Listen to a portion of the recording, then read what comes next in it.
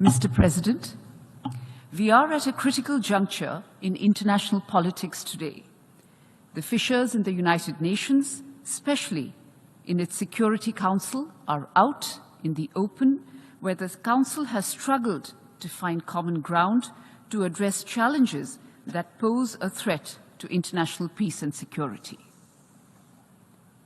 Now, colleagues, let us look back to 2022, when Resolution 76/262 was adopted by the General Assembly.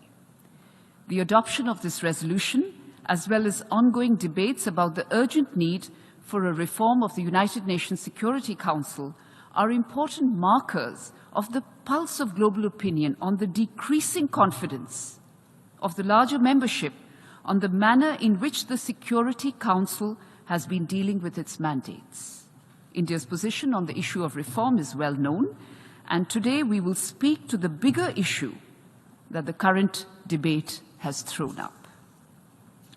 The adoption of Resolution 76/262 touched upon three important aspects of the United Nations Security Council reform discussion: the question of the veto, the relationship of the United Nations Security Council with the General Assembly, and the working methods of the Security Council.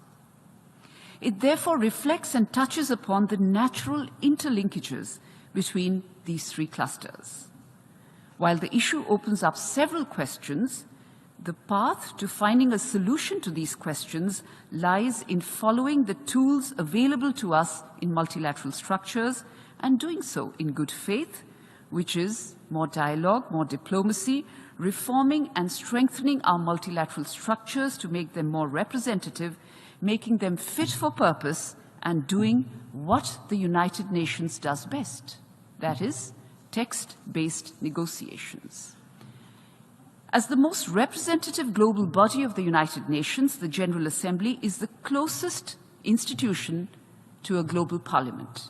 Its primacy and legitimacy flow from the universality of its membership and the principles of the sovereign equality of all its members. The inclusive character of the General Assembly and the moral weight of its decisions and opinions cannot be compared to any other global organization or institution. While the United Nations Charter remains clear about the division of labor between these two principal organs, it also presumes that these frameworks will be respected and that cooperation will take the larger global sentiment on challenges of the day into account.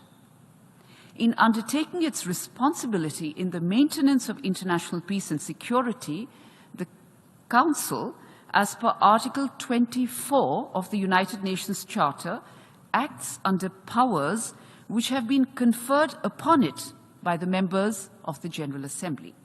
Let me quote: "Members confer on the Security Council the primary responsibility for the maintenance of international peace and security and agree that in carrying out its duties under this responsibility, the Security Council acts on their behalf."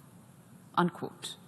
However, when countries disregard this obligation and act purely and solely based on their national political interests, it is obvious that the effectiveness of these organs will be under question, and the relationship between the two principal organs will strain, while also endangering the credibility of the United Nations system as a whole.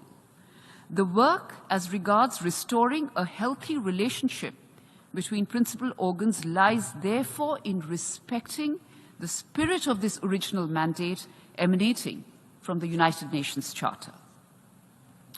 And Mr. President, what is very clear today is that a majority of the member states, including most of those who were not even independent at the time of the drafting of the United Nations Charter, want reform and do not feel represented in the decisions of the United Nations Security Council.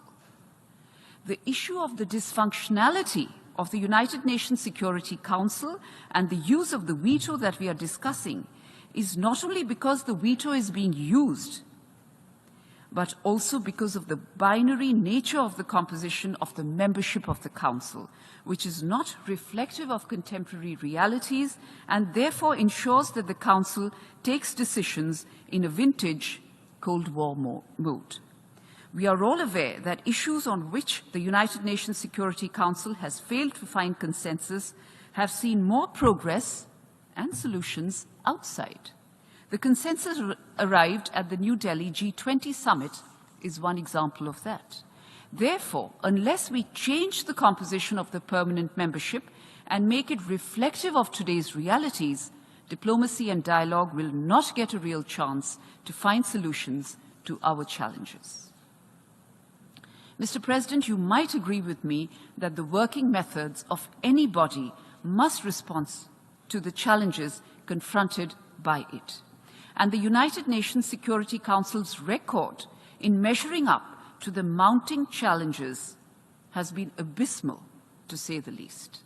On the other hand, the Council has used its working methods to also hide vetoes and disguise them under the ad hoc working methods of its committees, which act on its behalf but have little accountability. Those of us familiar with the work of the sanctions committees and its tradition of putting holes and blocks are aware that these are disguised vetoes on matters on which some Council members will not take any responsibility and are not required to explain their decisions. The sentiment in Resolution 76/262, reflecting the need to address the opaqueness of the working methods of the Council and instilling accountability, is therefore welcome, but it only scratches the surface. While recognizing the significance of these efforts, we would want these efforts to be undertaken in a manner that creates the environment for consensus building rather than finger-pointing. Another kind of hidden veto, Mr. President, that is being used is what we see in our intergovernmental negotiation process on United Nations Security Council reform. While differences on substance remain, some members, motivated by their attachment to perpetuating the outdated status quo, simply do not allow any text to be tabled in the process.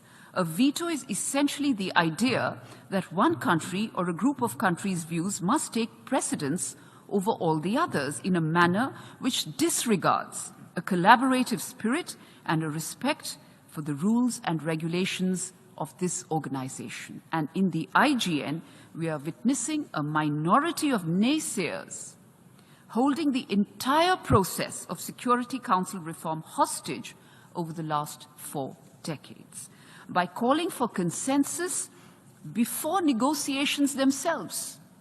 And I repeat that, by calling for consensus before negotiations themselves, some countries have cast a hidden veto on a well-defined process of text-based negotiations, which is indeed the bread and butter of the United Nations. My delegation believes, Mr. President, that the only way to begin to remedy what ails the Security Council is to make it more representative, more credible, more legitimate by including representation for the Global South in both categories of membership, including that of Africa. Going forward, we hope that the United Nations Summit of the Future process will ensure that we reach closer to the goal. Thank you.